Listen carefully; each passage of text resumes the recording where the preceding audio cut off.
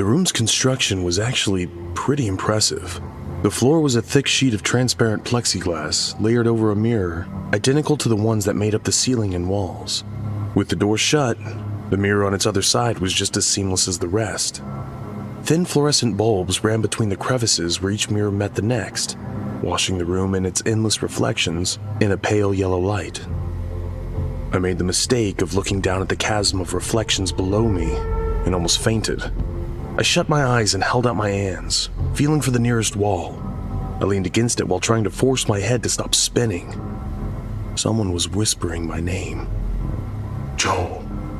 I opened my eyes to see my reflection smiling at me. You're his now. I let out a startled scream and backed away from the mirror I was leaning against. Something was moving around behind my reflection. It was hard to see what it was at first, but something was climbing up through the corridor of my reflections, making its way towards me.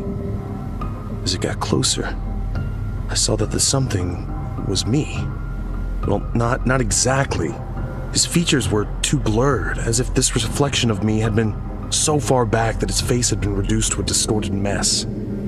That was the Joel that was coming for me. I began to bang on the entrance wall, which felt padlocked into place. I let out a frustrated scream and finally turned to face the thing coming for me, only to find that my reflections had returned to normal. There was no longer a blurry me in the mirror. I let out a reflexive sigh of relief. A beat later, it emerged from the mirror beneath me and grabbed onto my legs. I woke up screaming, and Aaron shot me a panicked look. We were still seated outside of the toy box. Sorry, I must have nodded off. Erin opened her mouth. She hesitated. I'm worried about your friends.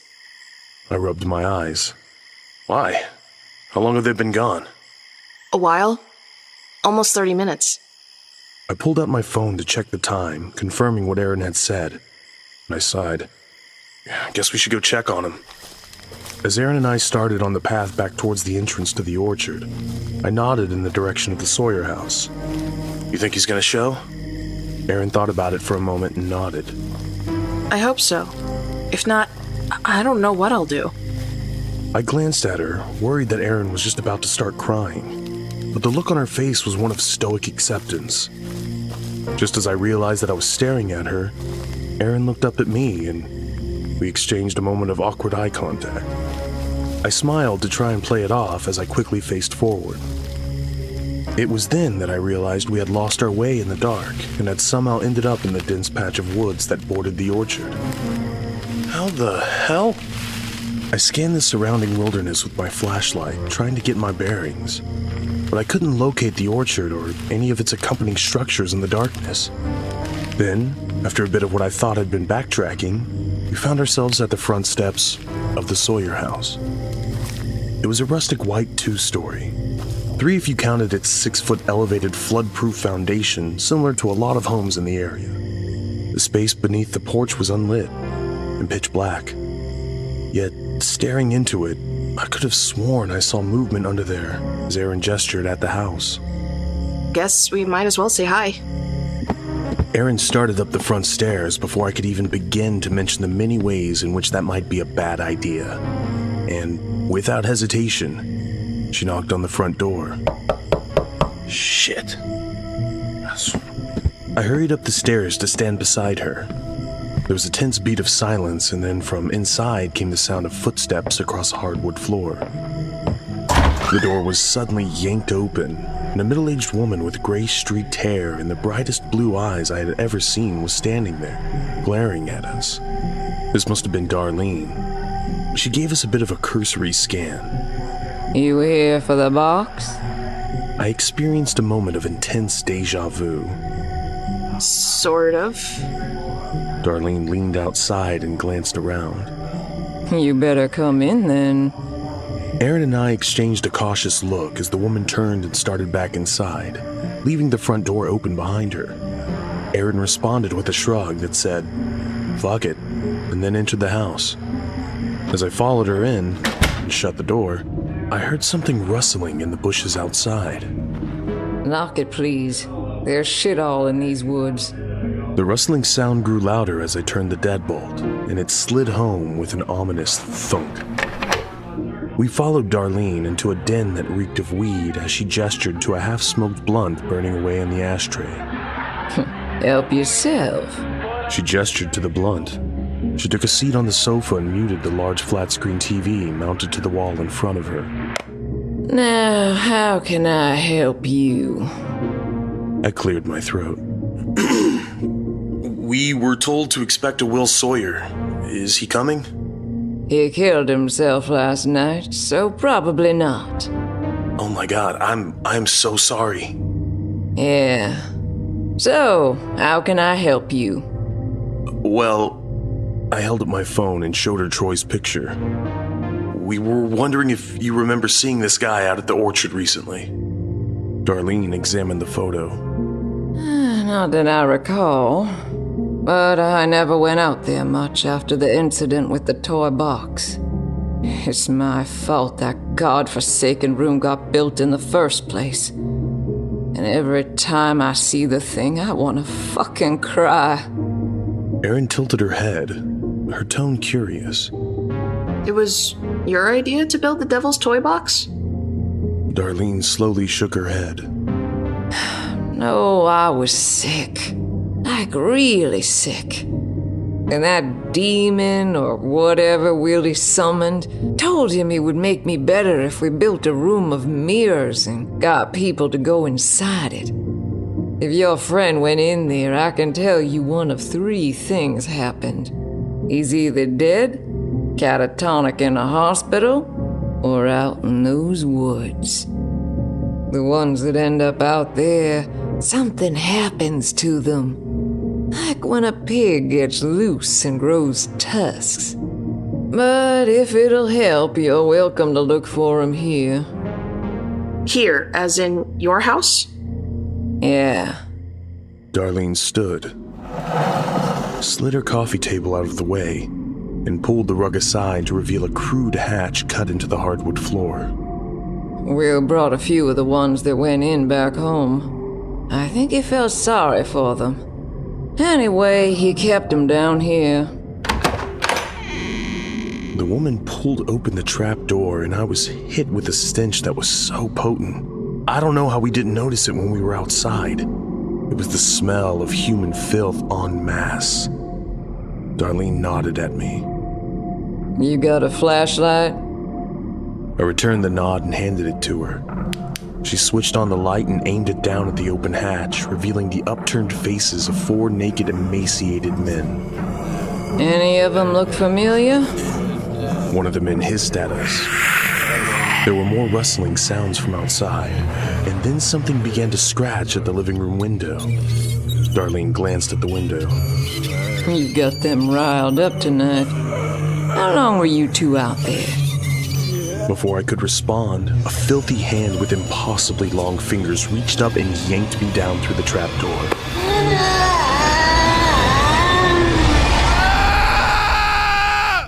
I woke up screaming. I was sitting outside of the toy box, and Jason was seated beside me.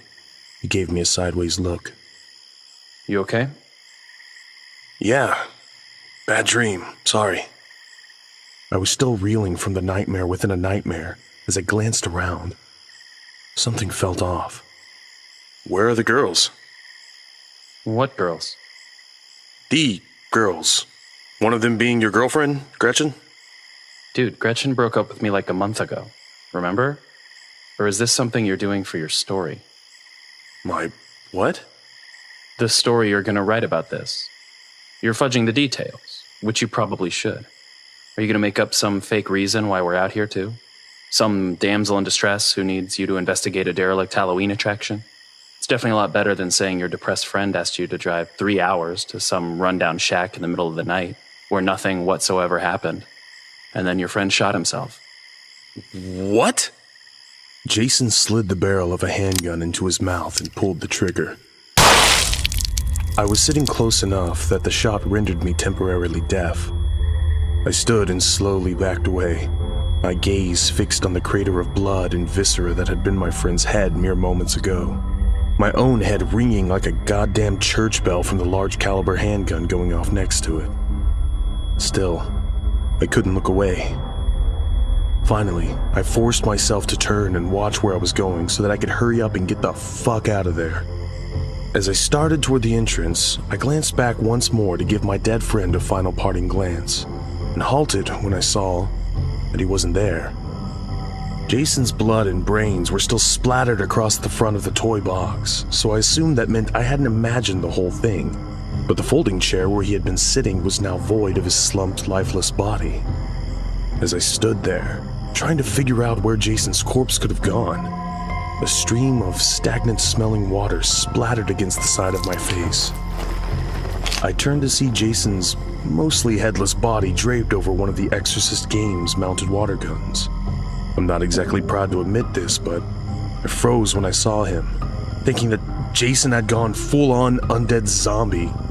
Though, after almost a minute of me standing there waiting for him to make the next move, I finally realized that wasn't going to happen. What I was seeing was nothing more than a dead body lying on a mounted water gun, which meant that someone or something was out there in the darkness, moving around a 160-pound corpse and propping it up on shit simply to fuck with me.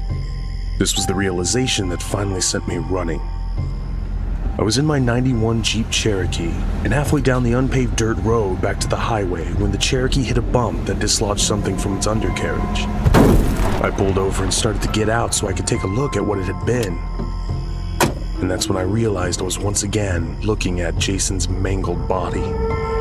Moving a grown man's corpse is one thing, but moving it and then wedging it up into a car's undercarriage in the time it took me to get back to my Jeep? That's crazy talk.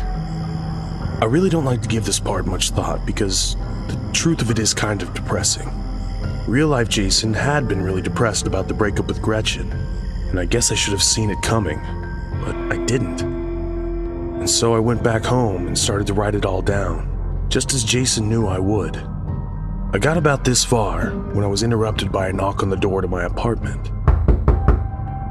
I opened the door and saw there was a note taped to the outside. "There's a package for you in the lobby." It was about 11 p.m. and I was pretty sure the management at my complex had long since gone home for the evening, but I headed toward the lobby anyway out of sheer curiosity. I started down the steps leading to the first floor of my complex to see Jason's mutilated body leaning against a Coke machine at the bottom of the stairwell. Somehow, they had found me. I vaulted back up the stairs, seeing everything in slow motion as I sprinted to my apartment and locked the door. A moment later, the knob began to rattle as someone tried to turn it from outside. I was slowly backing away from the door when something big crashed through it.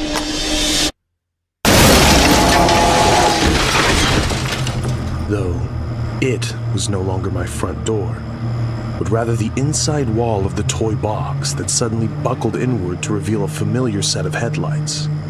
Jason had crashed my Cherokee into the side of the toy box. I spent 25 seconds inside the devil's toy box. That's how long it took for Jason to run my car into it. Thankfully, the Cherokee was still drivable afterward, and we promptly got the fuck out of there. I dropped Erin off at her house with an apology, explaining that there was nothing else I could do. Honestly, I don't know what she expected from me. This isn't supernatural. If your boyfriend is missing, you call the cops. I'm going home. Do I feel bad that I couldn't help her? Sure. But for what it's worth, we disabled the toy box and probably saved countless generations of dumb kids from making the same mistake as Erin's boyfriend. The bad news is that doing so has almost certainly scarred me for life. Even as I sit here days later, reliving this for the second time, I'm still worried that it's not over. I'm worried that when I wake up tomorrow, it's going to be in front of that goddamn box.